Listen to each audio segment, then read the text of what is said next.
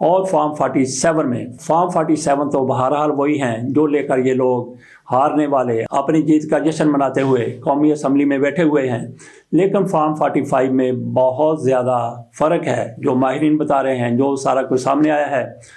بہرحال دیکھنا یہ ہے کہ انصاف کیسے ملے گا، کہاں سے ملے گا۔ قاضی فائز عیسیٰ انصاف دیں گے۔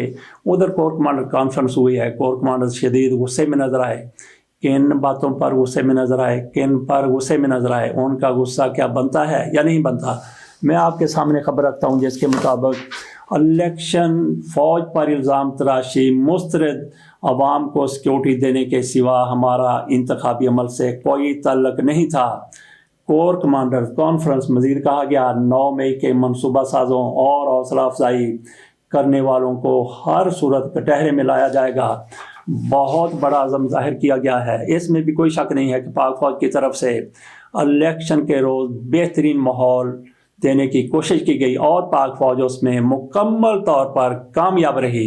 الیکشن کے روز کسی قسم کی کوئی دھاندلی نہیں ہوئی۔ البتہ یہ ہو سکتا ہے کہ ہر کسی نے اپنا زور وہاں پہ انفرادی طور پر لگایا ہو، جو کہ ہمارے معاشرے کا خاصہ رہا ہے، پہلے بھی انتخابات میں ایسا ہوتا رہا ہے، لیکن پاک فوج کی طرف سے جو انتظامات کیے گئے تھے وہ فول پروف تھے۔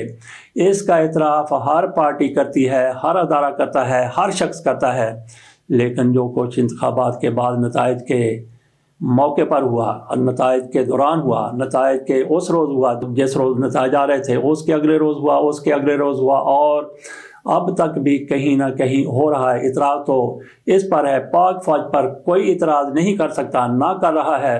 اگر کوئی کر رہا ہے تو ہم پاک فوج کے ساتھ کھڑے ہیں، اس کی بے کنی کرتے ہیں، اس کی مذمت کرتے ہیں۔ پاک فوج کی طرف سے جو 9 مئی کے حوالے سے بات کی گئی ہے کہ اس میں ملوث لوگوں اور سہولت کاروں کو کوئی کسی قسم کی رعایت نہیں دی جائے گی، ان کے ساتھ سختی سے نمٹا جائے گا، بالکل ایسا ہی ہونا چاہیے۔ تو اس سے فوری طور پر مسلم لیگ نون، پیپلز پارٹی اور عمران خان کے تحریک انصاف کے جتنے بھی مخالفین ہیں ان کے دلوں میں لڈو کھلنے لگے ہیں۔ تو کور کمانڈرز کی طرف سے کیا ان کو خوش کرنے کے لیے یہ بیان دیا گیا ہے؟ میں نہیں سمجھتا کہ ایسا کور کمانڈرز کی طرف سے کہا گیا ہے۔ شدید غصے میں وہ نظر آئے کہ جب پاک فوج پر انگلیاں اٹھائی جائیں گی تو پھر انہیں ایسا اشتعال میں آنا، ایسا غصے میں آنا، ایسی ناراضگی کا اظہار کرنا بنتا ہے۔ تو یہاں تک یہ تعلق ہے کہ 9 مئی میں کون کون لوگ ملوث تھے، اس میں حتمی طور پر کچھ نہیں کہا جا سکتا۔ پاک فوج کی طرف سے اور حکومت کی طرف سے جو وہ امپورٹڈ جن کو کہا جاتا تھا، شہباز شریف کی قیادت میں آئی تھی، اس کے بعد جو نگران آئے تھے، اور اب جو حکومت انتخابات کے جعلی جن کو کہتے ہیں، جعلی مینڈیٹ کے نتیجے میں لوگ کہتے ہیں، اس کے نتیجے میں جو حکومت آ رہی ہے وہ سارے کے سارے پاک فوج کے اس معاملے میں شانہ بشانہ ہے، کیونکہ پاک فوج کی طرف سے ایک پارٹی کے بارے میں کہا جا رہا ہے کہ اس پارٹی نے یہ سارا کچھ کیا ہے، اس پارٹی کی طرف سے بار بار کہا جاتا ہے کہ ہمارے لوگ اس میں شامل تھے، لیکن ان کو ورگلانے والے لوگ کون تھے، ان کو نہ روکنے والے کون لوگ تھے۔ یہاں پہ عامر میر وہ وزیر اطلاعات تھے، ان کی طرف سے کہا گیا کہ پولیس ان لوگوں کو، اس ہجوم کو روک سکتی تھی، لیکن ہم نے پولیس کو منع کر دیا تھا۔ کیوں منع کیا تھا؟ یہی پولیس اس وقت رانا ثناءاللہ کے گھر کے باہر موجود تھی جب لوگ ان کا گھر جلانے کے لیے آ رہے تھے یا گھر کو نقصان پہنچانے کے لیے آ رہے تھے۔ وہاں تو پولیس چلی گئی کیونکہ وہ رانا ثناءاللہ کا گھر تھا، لیکن یہ قوم کی پراپرٹی تھی، یہ دفاعی تنصیبات تھیں، یہاں پہ پولیس کو نہیں روکا گیا۔ عمران خان کہتے ہیں، بار بار کہتے ہیں کہ تحقیقات کروائی جائے، غیر جانبدارانہ کمیشن بنایا جائے، دیکھا جائے کہ کون لوگ اس میں ملوث ہیں، ہمارے لوگ ہیں، ان کو پکڑا جائے۔ جو ان لوگوں کو برافروختہ کر رہے تھے وہ کون لوگ تھے، جو ان میں گھس گئے تھے، ان کو بھی پکڑا جائے۔ تو ایک حلقہ عمران خان کے اس مطالبے کی حمایت ضرور کرتا ہے، تو پاک فوج کیا اس مطالبے پر کان دھرے گی؟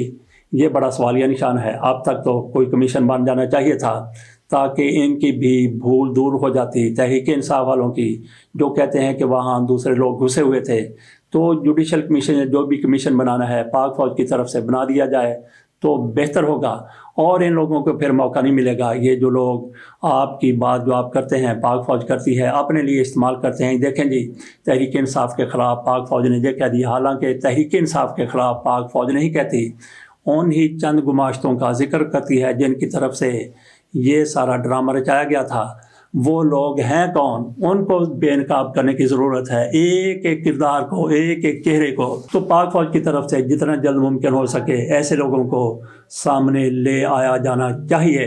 جو اب تک پکڑے گئے ہیں وہ یہی کہہ رہے ہیں، اپنی بے گناہی وہ بتا رہے ہیں۔ جب ایک تحقیقاتی کمیشن بن جائے گا، ان تحقیقات کو چھوڑیں، یہ جو جے آئی ٹی بناتے ہیں یہ کس کے زیر کمان ہوتی ہے، کون لوگ اس کو دیکھ رہے ہوتے ہیں، کون لوگ یہ جے آئی ٹی تشکیل دیتے ہیں، پہلے سے فیصلہ کر لیا جاتا ہے کہ جے آئی ٹی نے یہ رپورٹ دینی ہے، تو اس سے کیسے انصاف کے تقاضے پورے ہوں گے؟ بہرحال اگر پاک فوج کی طرف سے کوئی کمیشن بنا دیا جاتا ہے تو ان چہروں کو بے نقاب کرنے میں بڑی آسانی ہو جائے گی، جنہوں نے پاک فوج کی تنصیبات، شہداء کی قبروں کی بے حرمتی کی، اور وہ لوگ کسی بھی روح رعایت کے قطعاً مستحق نہیں ہیں۔ دیکھتے ہیں یہ کمیشن کب بنتا ہے۔ ادھر حسن اقبال کی طرف سے وہ جو جیسے مائیاں ہوتی ہیں، بڑھیاں ہوتی ہیں، پھوڑ قسم کی آپس میں لڑتی ہیں، ایک دوسرے کو تانے دیتی ہیں، نہیں تو وہ تھے، نہیں تو وہ تھے، اسی طرح سے حسن اقبال کی طرف سے صدر علوی پر بھی طنز کیا گیا ہے، تحریک انصاف کو باور کروایا گیا ہے۔ تحریک انصاف والے کہتے ہیں کہ یہ جعلی مینڈیٹ والی حکومت ہے، تو حسن اقبال کی طرف سے کہا گیا ہے کہ اگر یہ جعلی مینڈیٹ والی حکومت ہے تو پھر اپنے صدر سے پوچھیں، علوی سے پوچھیں کہ انہوں نے وزیر اعظم شہباز شریف سے حلف کیوں لیا ہے۔ ویسے تو صدر علوی کو یہ بھی جواب دینا چاہیے کہ پہلے وہ جس طرح سے بڑے پکے پیروں پر کھڑے نظر آ رہے تھے کہ میں اس سمری پر دستخط نہیں کروں گا، پھر آدھی رات کو انہوں نے دستخط بھی کر دیے، تو کیا آدھی رات کو جنوں نے، ہوائی چیزوں نے علوی صاحب کو ڈرایا تھا، اور پھر کیا وہی جن اور وہی ہوائی چیزیں ان کو چنبڑ گئیں اور انہوں نے کہا کہ شہباز شریف سے حلف لے لیں۔ بہرحال یہ جیسا بھی سیٹ اپ ہے، جیسا بھی یہ سلسلہ ہے، اس کو آگے چلنا چاہیے اس وقت تک جب تک کوئی بہتری کے آثار نظر نہیں آ جاتے۔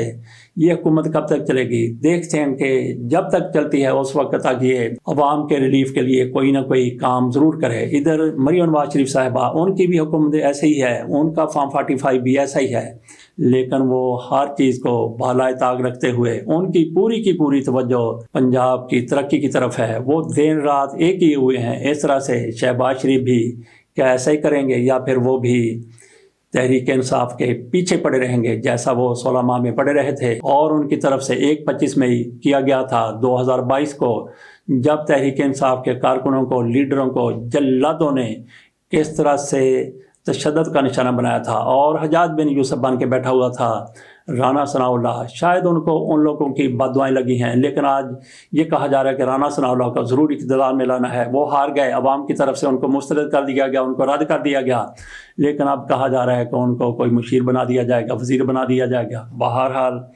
یہ ان کا حسن کرشمہ ساز ہے کہ اس کو یہ کس مسند پر بٹھا دیتے ہیں۔ ادھر ایم کیو ایم کی طرف سے ایک بار پھر تھوڑی سی پسپائی اختیار کی گئی ہے۔ ان کی طرف سے کہا گیا تھا کہ آصف علی زرداری کو ووٹ نہیں دیں گے، لیکن ان کو وہی پھر پرچہ دکھا دیا گیا کہ جس کا یہی تذکرہ کرتے ہیں کہ ہم تو جعلی مینڈیٹ کے ذریعے یہاں پہ آئے ہیں۔ اب ان کی طرف سے کہا گیا ہے کہ ہم آصف علی زرداری کو صدارت کا ووٹ دیں گے، تو آصف علی زرداری کیا ان کے ووٹ سے صدر بن جائیں گے؟ اس کے ساتھ اجازت دیجیے اور انتظار کیجیے آصف علی زرداری یا محمودہ چکزئی یا کسی تیسرے بندے کے صدر بننے کے دن کا۔ اللہ حافظ۔